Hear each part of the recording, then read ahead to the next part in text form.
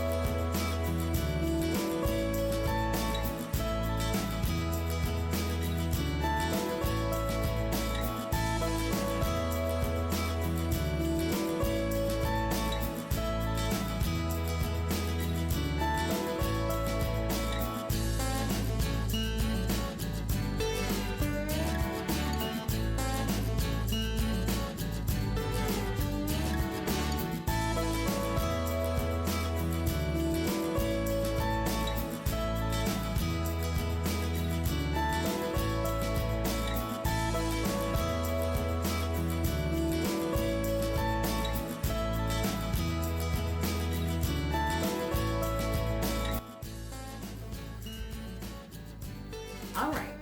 So for this prep, it is called, or this meal is called cheater enchiladas. I saw it on Pinterest a long time ago, and I really prefer to make homemade from scratch enchiladas.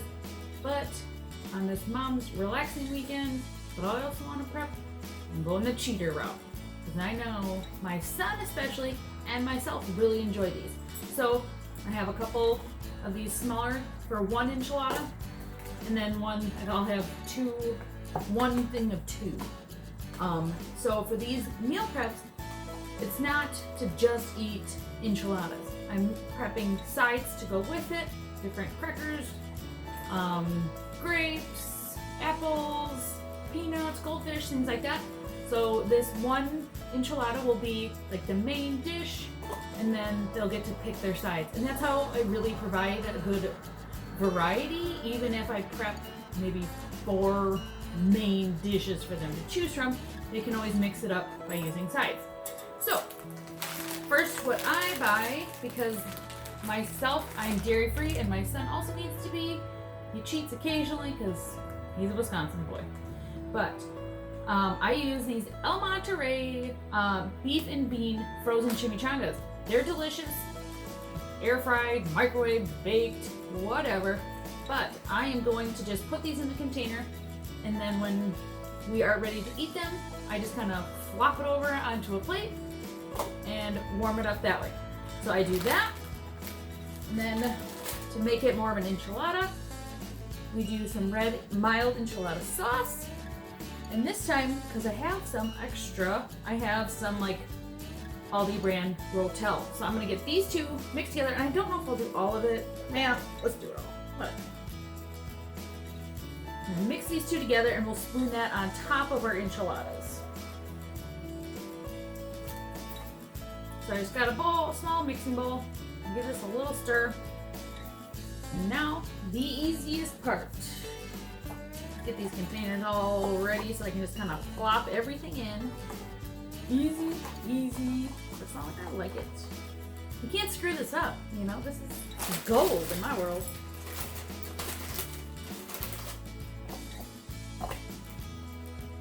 Can't screw this up, I say. Well, these help if you let them thaw a little bit. Mine are not quite thawed. So what I'm gonna do is just push these in here the best I can, and then I'll leave them on the counter for half hour or so. Because when I put the sauce on them, that'll help thaw it as well, because it's room temperature. Alright, this is a bag of 10. I might have one extra. I'll have one extra. I'll grab another tote for the extra one. Just a second. Alright, we are doing just a simple store brand mac and cheese. We're going to get this all cooked up and into containers as well. Alright, our mac and cheese is cooking, so I thought I would gather up some of my smaller little containers and make little snack mixes. So I have some goldfish, and I like to mix some kind of nut into it, so it's a little bit of a protein snack as well. So right now I'm going to use some peanuts with it. And I love going to we have like a home thrift store where they mostly just sell home goods. They have so many little containers like these, and I always like to pick them up, because if you say, hey kids, go grab some peanuts for a snack, they're gonna stick their whole hand in here, and kids have gross hands. I don't want that. And also, if you say, hey, go get some goldfish, there's a good chance between 2 kids they'll eat this whole bag. And I don't want that. They don't need that many goldfish. So I like to set them up to have kind of a more managed diet, to a certain extent, and have some protein mixed in. So if I make these up, they will eat them, they'll love them, and I know they're getting, kind of a more balanced snack. Oh, that one has a heavy goldfish. Sometimes you have to throw them on the counter. Alright, so let's get this little one. Alright, so now pull these a little closer. I feel like I should probably get a spoon. Let's wing it. Just pick them off the counter. So these are really good for either a, hey, can I have a snack? Yep, grab one of your little containers with peanuts and goldfish, or as a side dish to some of the other meals that I'm prepping.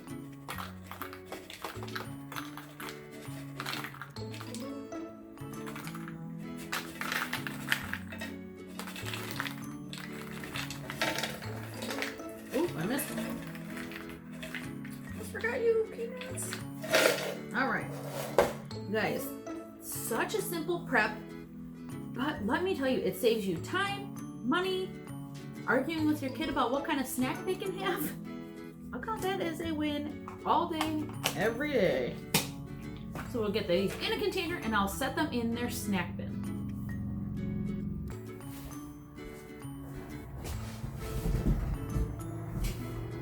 Okay, so leftover reheated mac and cheese is, I think it's not that great. So what I have done is I have kind of souped up my recipe, and I have found that it is so much better reheated if you add these little extra ingredients. So what I'm going to add is just about 2 tablespoons of cream cheese, about 1 teaspoon of fresh minced garlic, maybe a handful or so of shredded cheese. I have Munster. You can use whatever cheese you like. My kids are not picky. About a handful.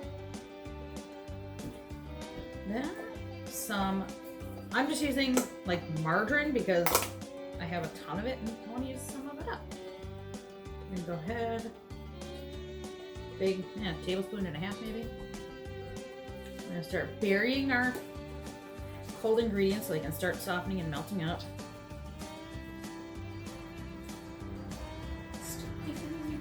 All right, we're gonna kind of bury those. Oh, and I left my cheese packet on the side. Now I do the milk last because I want the hot noodles to melt the extra cheeses and the butter. So we have our cheese. The cheese that just comes with it also. Don't forget that.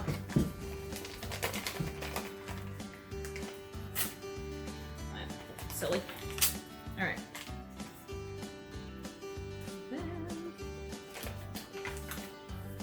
Sprinkle that around the top.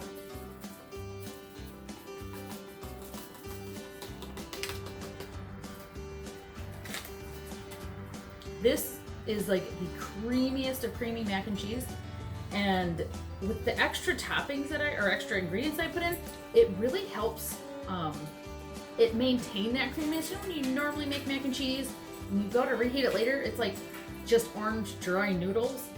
This way it's not. It really does still have a lot of that creaminess that you want from fresh mac and cheese. Now, I only made 1 box because I am making quite a few other options for them to choose from through the week, and I don't want anything to get wasted. So, you know what? Sometimes I add milk, and sometimes you don't really need to, depending on how much cream cheese and how much butter you add. But I think I will add just a splash to help the cheese powder from the box mix in better. So all of my cold ingredients have melted in the hot noodles. We'll just do a splash of milk. I'm using almond milk because that's what I have. Give it a nice little stir. Of course, I picked the smallest pan I own, or pot. Wow. Okay. A little clump of cream cheese. I also salted the water when I was boiling the noodles. Super important. It gives your noodles some really nice flavor. Now I'm gonna divide, if I can speak, divide this into 4 different meal containers. Just like with the other meals, this isn't all that they're going to eat. They're going to have a fruit or a vegetable side dish and maybe a snacky side dish to go with it. Just kind of depends what they would like with their lunch or dinner or breakfast. As long as they eat some protein, some dairy, some fruit, some vegetable, I don't care what they eat for breakfast or lunch or dinner. As long as I know it's, for the most part, homemade and things that I think are better for them than others. I mean, mac and cheese is not the best choice, but it's not the end of the world. You know what I mean? And I really boosted up the protein level by adding cream cheese and some shredded cheese. So, feel a little bit better about that as well. I could probably get away with 5 containers. I might grab one more container just because if you overfill your containers, like your main meal, they won't eat the side dishes that you would like them to. Because of course, who wouldn't rather fill up on mac and cheese? You know what I mean? It's delicious. So I'm gonna go get one more container, and then I will have 5 servings of mac and cheese for the week for them to choose from, along with the other meals we're making. I hope you enjoyed today's meal prep while the kids are away video today. And if you did, please give it a thumbs up. Consider subscribing and see what other ones we come up with. I do this as often as I can because meal prepping saves so much time and energy during the busy week everyone has. So see you again in the next video.